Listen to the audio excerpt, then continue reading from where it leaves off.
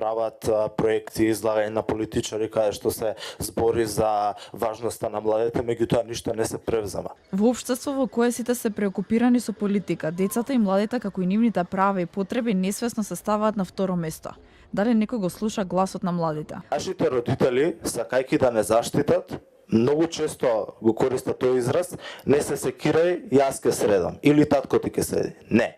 Општините треба да се обидат да го слушнат детскиот глас. Дециден председателот на детската амбасада Меѓаши истакна дека општините немаат локален план за акција на правата на децата. На локалните избори градоначалниците ветуваат многу дека ќе прават инфраструктура, осветлување и така натаму, многу малку посветуваат внимание колку деца се исклучени од образование, колку деца се на улица со испружени рачиња и питаат. Потребни се превентивни програми во образовниот процес за спречување на меѓуврсничко насилство, потенцираше директорката на фондацијата Чекор по Чекор Сузана Киранџеска. Истражувањата направени од фондацијата покажале дека 95% од децата се изјасниле дека имаат потреба од поголема едукација за правата на децата. Едукацијата е потребна кај децата и возрастните. Од 10 до 35% од адолесцентите може да доживеат малтретирање, при што најчесто пријавени проблеми и последици кои се јавуваат се депресија, анксиозност, самоповредување, ниско ниво на самодоверба и психосоцијални потешкоти,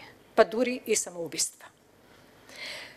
Овие исходи се исти и за жртвите на интернет или сајбер насилството, каде што процентот на самоповредување на учениците е уште поголем. Во системот има голем број неевидентирани деца што доведува до поголема опасност и можност за ставање во позиција на жртва.